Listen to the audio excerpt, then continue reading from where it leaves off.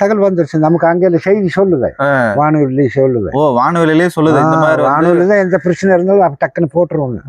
ஆமா, அது என்ன இருந்தாலும் அப்டேட் ஆயிருச்சு. நீங்க அது வந்து கரெக்டா பாத்துட்டே இருப்பீங்களா? நாம அதை பார்த்துட்டு இருப்போம். அந்த அளவுக்கு நம்ம செய்தியில பார்ப்போம். செய்தி எல்லா செய்தியும் பார்ப்பாங்க. 2ஆம் பிபி செய்தி பார்ப்பான், மேரிதாஸ் செய்தி பார்ப்பான்.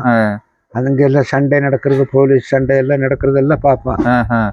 நம்ம மாநில செய்தி பார்த்துட்டு இருப்பான் எப்பவுமே. செய்தி டைமுக்கு வந்து டேய் போடுங்கடா செய்தி என்ன சொல்றாங்களான்ட்டு அங்க. நீங்க எப்படி அந்த இடத்துல சிக்னல் கிடைக்குன்னு கண்டுபிடிப்பீங்க?